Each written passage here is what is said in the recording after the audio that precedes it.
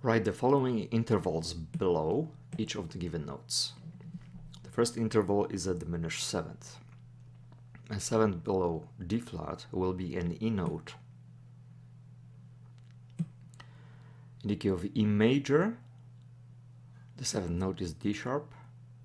Here we have D flat, which is 2 semitones lower. Therefore, this is already a diminished seventh. Now we have to invert the above intervals in the bass clef and name the inversions. I will start with a D flat in the bass clef. And then I will write an E note above it. The size of this interval is a second. In the key of D flat major, the second note is E flat. Here we have E natural, which is 1 semitone higher, therefore this is augmented. The next interval is a compound interval of a major tenth. An interval of a tenth is a third. So a third below G double sharp will be an E note. In the key of E major, the third note is G sharp. Here we have G double sharp. So right now this is an augmented third. To make it smaller by 1 semitone, I have to raise the bottom note up a semitone.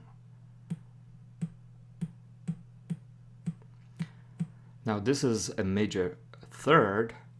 To make it a major tenth, I will transpose this E note down an octave.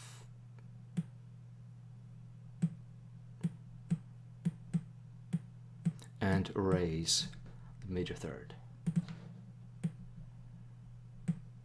To invert this, I will start with a G double sharp. And then I will write an E sharp above it.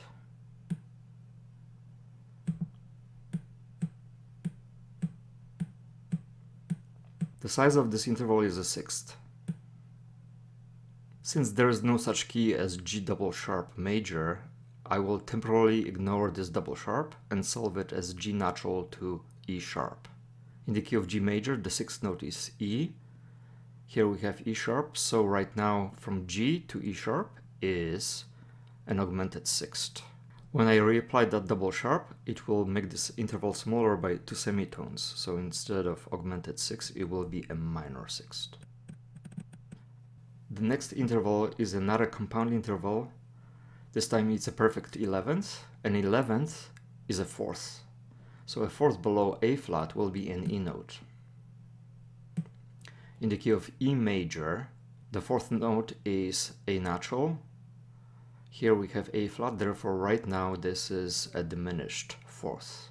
To make it perfect, I have to make it larger by semitone, so I have to lower the bottom note using a flat. Now, to make it perfect 11th, I have to transpose this E flat down an octave.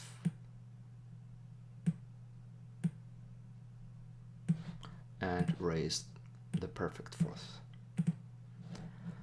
To invert this, I will start with an A flat in the bass clef. And then I will write an E flat above it. The size of this interval is a fifth. In the key of A flat major, the fifth note is E flat. Therefore, this is a perfect fifth. The next interval is a perfect fifth below this E. A fifth below that is an A. In the key of A major, the fifth note is E natural. So this is already a perfect fifth. To invert this, I will start with an E in the bass clef and then write an A note above it. The size of this interval is a fourth. In the key of E major, the fourth note is A natural, therefore this is a perfect fourth. The last interval is an augmented sixth below F sharp. A sixth below F sharp will be an A note. In the key of A major, the sixth note is F sharp. So right now this is a major sixth. To make it augmented, I have to lower the bottom note, A, by a semitone, using a flat. And now to invert this, I will start with F sharp in the bass clef and write A flat above it.